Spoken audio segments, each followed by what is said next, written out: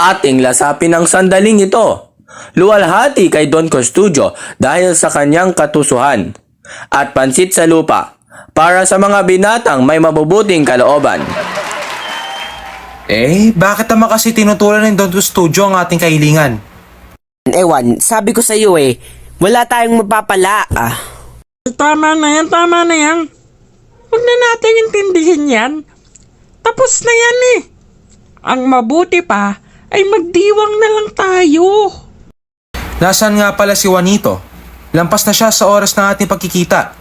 Alam mo sa totoo lang, dapat si Basilio na lamang ang ating inimbitahan, imbis na si Juanito.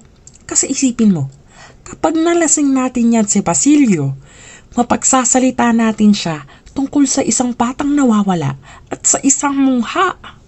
Tana, lalamig ang pagkain.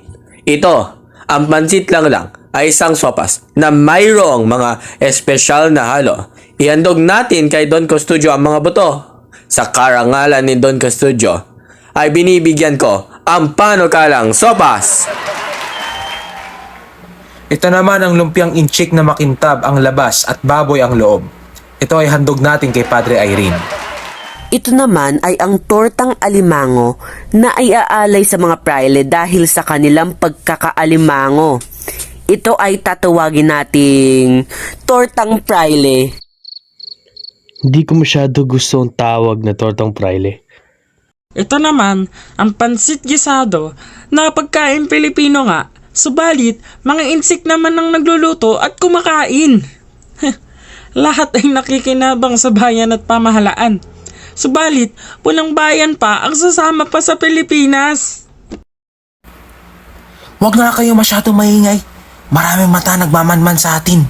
Huy, tignan nyo. Tinititikan tayo ng paborito ni Padre Sibila.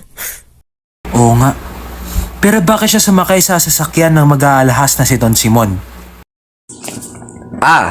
Marahil ay pinaglilingkuran ng Eminencia Negra ang alipin ng Vice Rector.